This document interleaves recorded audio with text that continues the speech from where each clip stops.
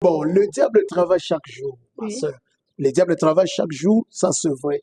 Mais il est aussi vrai que le diable a ses moments les plus favorables.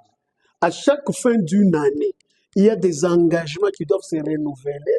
Vous voyez, exactement. avec ceux-là qui ont déjà des pactes avec Satan, ils doivent renouveler des engagements, et tout cela se fait avec le sang humain.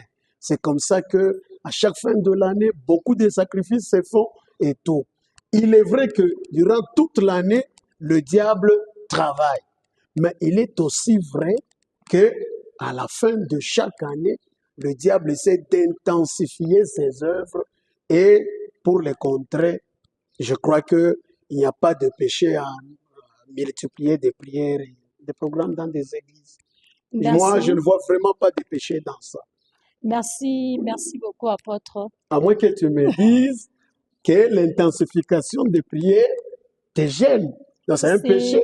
Cela ne me gêne nullement, Ah, ok.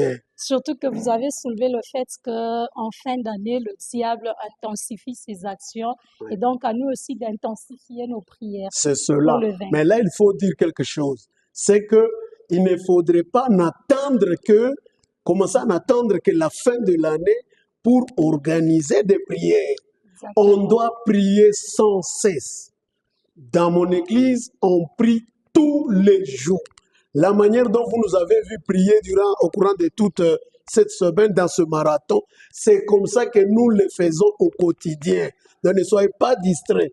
Il ne faudrait pas se mettre là à attendre que la fin d'une année pour intensifier des prières. Et quand le mois de décembre passe, on arrête, on est dans autre chose. Là, c'est une distraction. Exactement. Et d'ailleurs, chez nous, nous avons l'habitude de dire avant la prière, c'est la prière, pendant la prière, c'est la prière, après la prière, C'est la c'est encore prière. la prière.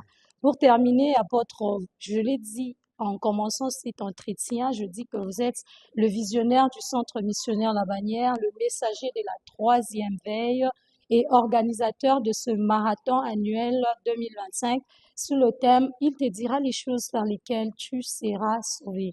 Quelles sont vos impressions aujourd'hui? Parce qu'on a fini déjà les marathons. Vous qui en êtes l'organisateur, quelles sont vos impressions?